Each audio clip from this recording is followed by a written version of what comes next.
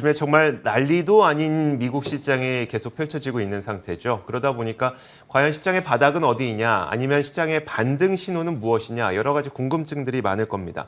미국 증시가 과연 언제쯤 안정화될 것이며, 우리가 미리 알고 있으면 좋을 만한 반등 신호, 어떤 것들이 있는지 이분과 함께 자세한 이야기 나눠보겠습니다. IS의 이지원 대표 나오셨습니다. 어서 오세요. 안녕하세요. 네. 이렇게 시장 빠질 때는 영원히 시장은 이럴 것 같은 두려움이 엄습하거든요. 그렇죠. 미국 시장 좀 안정화될 것 같으세요? 어떠세요?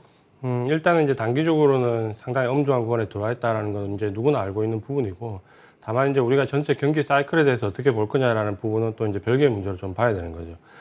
오늘 이제 시작하면서 아마 이제 계속해서 지수의 급락이 너무 컸고, 다우가 지금 이제 한 6거래일째 넘게 하락을 했고, 나스닥 같은 경우는 전 종목 중에서 절반 이상이 50% 이상 하락을 한 상태니까 상당히 이제 엄중한 구간인데, 사실 이제 요즘 보면은 지난 2015년 12월 달 금리 인상했던 때가 많이 생각이 나거든요. 네. 이게 직전 금리 인상 시기인데, 그때도 12월 달에 금리 인상을 하고 1월 달, 2월 한 중순까지 한 달 반 정도 남짓한 기간 동안 다우지수 기준으로 한 13, 4% 정도 급락을 했었거든요.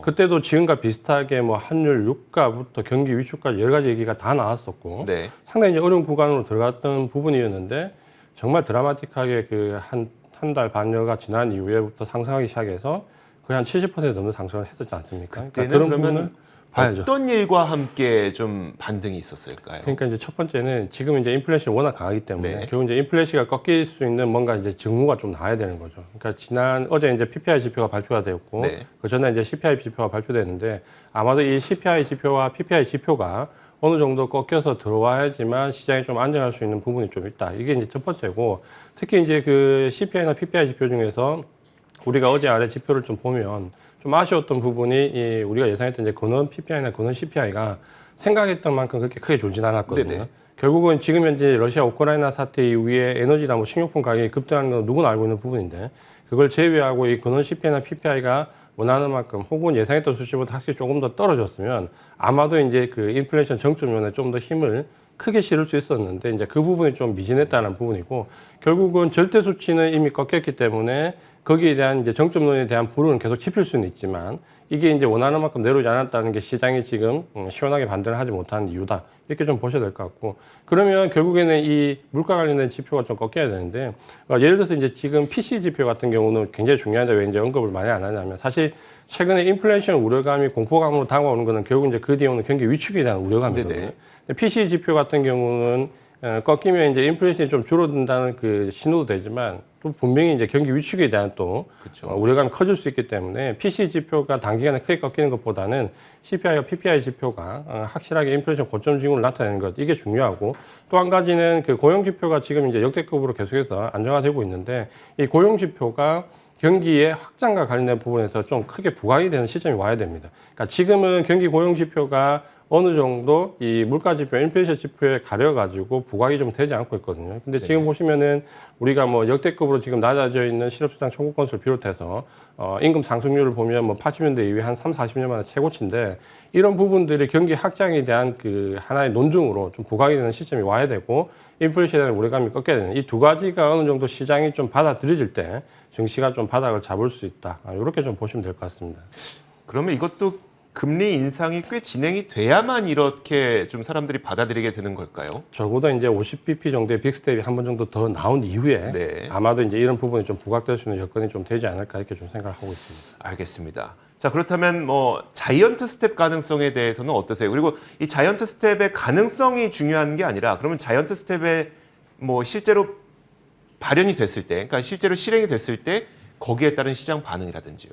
아무래도 이제 자이언트 스텝이 오면 이제 시장 충격은 사실 이제 우리가 증시에 대한 충격은 일단 클 수밖에 없습니다. 네네. 그러니까 이 부분을 파월도 충분히 알고 있기 때문에, 우리가 이게 지난번 빅스텝을 했을 때 파월의 의도를 좀 엿봐야 되거든요. 그러니까 파월 같은 경우가 지금 현재 성향을 보면 연임이 이제 확정된 전과 후가 이제 확연히 스탠스가 다른데, 그 전에 이제 비둘기파적 입장에서 이제 매파적 입장으로 완전히 전환되면서, 하지만 이 파월의 우리가 성향을 좀 보면 분명한 부분이 있습니다. 뭐냐면 강경한 매파로 돌아섰지만 시장이 예측할 수 있는 부분은 충분히 이제 사전에 던져주겠다는 거거든요. 네. 이 부분은 아무래도 이제 이전에 버냉키 의장 때 시장에 초래했던 혼란을 혼란과 비난을 좀 비껴가겠다는 의도가 있는데, 그러면서 분명히 이번에도 빅스텝에 대한 2번 정도 언급을 했지만, 그 자이언트 스텝에 대해서 분명히 선을 그었다는 부분은 아마도 파월의 의장의 그 의도를 본다면 자이언트 스텝 가능성이 좀 낮다 이렇게 봐야 되고, 반면에 우리가 이제 생각해 봐야 될 거는 결국에는 좀 전에 이제 앵커님이 말씀하신 것처럼 이 자이언트 스텝을 했을 때 효과잖아요. 네네. 확실하게 인플레이션 고점 징후를 잡고 끌어내릴 수 있느냐라는 부분인데,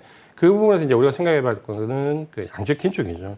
결국은 지금 50bp라는 빅 스텝을 하고 양적 긴축까지 이제 다음 달에 같이 동시에 실행하게 되면 일종의 이제 자이언트 스텝 같은 효과가 나타날 수 있다라고 파월은 생각을 하는 거죠.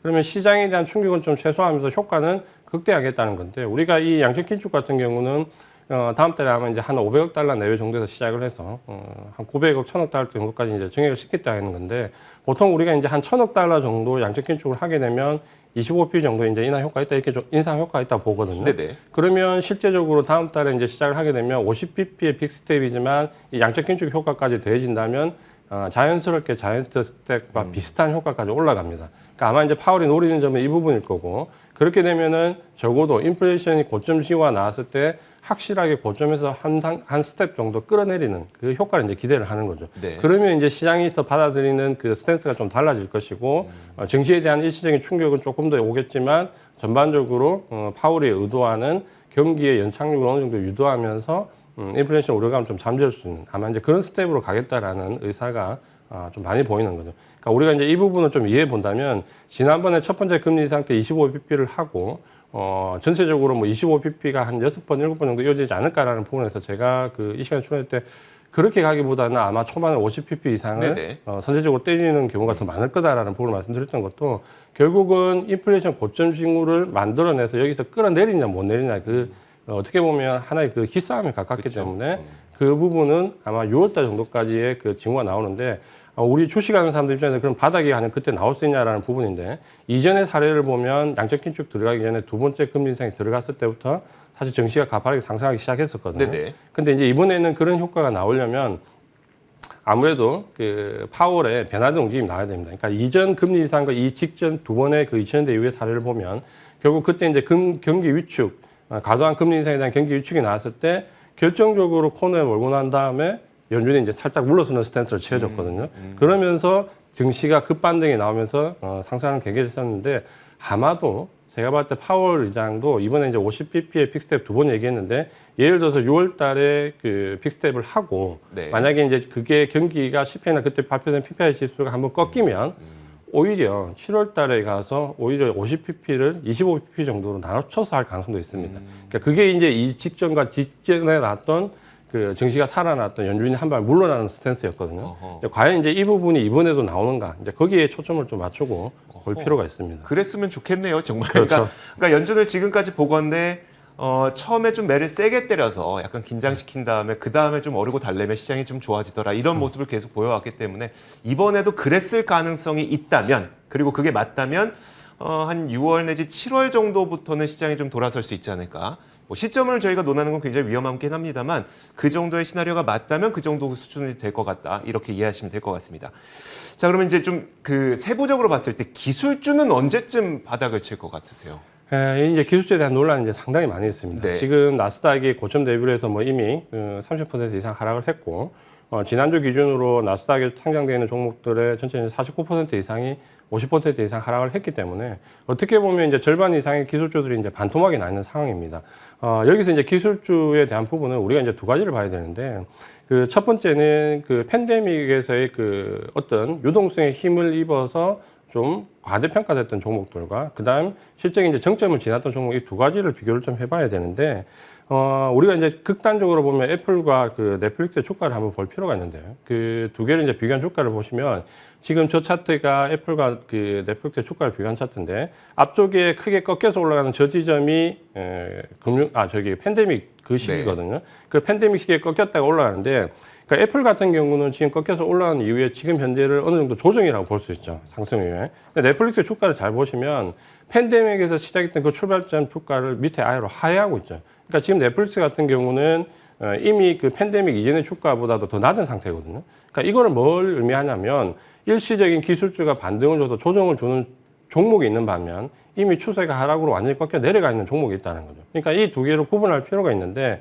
결국 조정을 기다리는 종목은 조정 위에 상승이라는 우리가 하나의 그 가정을 세울 수 있지만 이미 주가가 하나의 사이클이 끝나고 하락으로 완전히 접어든 상태에 있는 종목은 사실 이제 반등이 나오기 어렵다는 거죠. 그 기준은 결국 이제 유동성장에서 실적 장치를 넘어오는 실적이 기준이 될 것이고 결국은 그 실적이라는 것은 지금의 상태보다는 앞으로의 가이던스 그리고 앞으로 좋아질 수 있다는 그 턴어라운드의 가능성. 그러니까 이 부분을 기술주를 나눠야 되고 그렇다면 팬데믹에 기대해 있는 기술주와 혹은 그렇지 않은 기술주들이 아마 이제 주가는 차별화 될 것이고 그렇게 본다면 팬데믹에서 과도평가됐던 종목들은 사실 저점을 논하기가 조금 어렵다 이렇게 좀 보셔야 되고 반면에 기술주에서 반도체라든지 IT 부품 일부 관련되는 종목이라든지 이런 종목들은 오히려 주가가 실적 대비해서 과도하게 하락한 부분이 있기 때문에 그런 섹터에 있는 종목들은 좀 이제 우리가 관심을 가져볼 필요가 있는데 사실 그 기술주에 대한 논란은 이 금리 인상 시기에 논하기가 상당히 어렵습니다. 왜냐하면 우리가 이전의 금리 인상 시기에 2015, 16, 17 이때와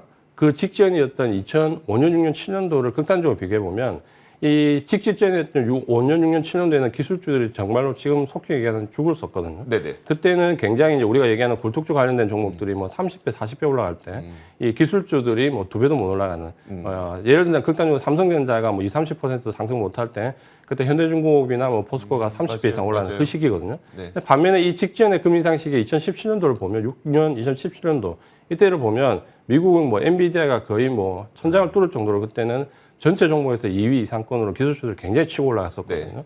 그러니까 지금 과연 이 시기가 맞냐, 직전이냐, 그건 이제 누구도 판단하기 어렵고 다만 우리가 이제 선택해야 될 부분은 오로지 실적에 기반을 해서 팬데믹에서 벗어나 있는 기술주, 과도하게 하락한 종목들 위주로 저점을 잡는 뭐 애플이라든지 마이크론 테크놀로지라든지 이런 종목들 위주로 봐야 되는 거고 거기에서 이제 엔비디아가 갈림길에 좀 서 있죠. 엔비디아는 우리가 알고 있는 것처럼 이 GPU 관련된 부분에서 팬데믹에 어떤 게임주와 연관되는 부분에서 굉장히 큰 혜택을 받았지만 또 실적 자체도 앞으로 가이던스가 좋아질 수 있는 그러니까 어느 양쪽에 걸치는 이런 종목도 이제 판별하기 어려워지는 거죠. 그러니까 가능하면 그런 종목보다는 과도하게 실적이 하락한 종목들 위주로 접근을 하시는 게 좋을 것 그러면은 같습니다.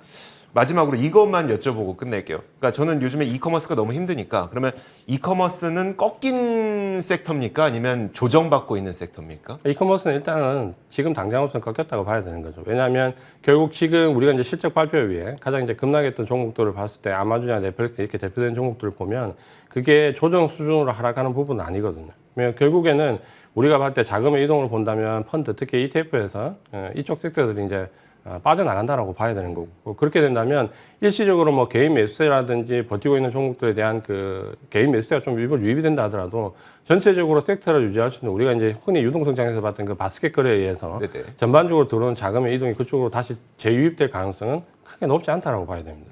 그렇게 본다면 이제 이커머스 쪽은 조금 관심을 조금 이제 한 발 물러서는 게 좋은 거죠. 알겠습니다. 자 이렇게 지금 현상에서 지금 현재 시장에서 일어나고 있는 일들을 분석해 보면서 과연 반등은 언제쯤 어떤 신호와 함께 나올 것인가 조심스러운 전망까지 저희가 해드려봤습니다. 자 지금까지 ISL 이지원 대표와 함께 이야기 나눠봤습니다. 고맙습니다. 고맙습니다.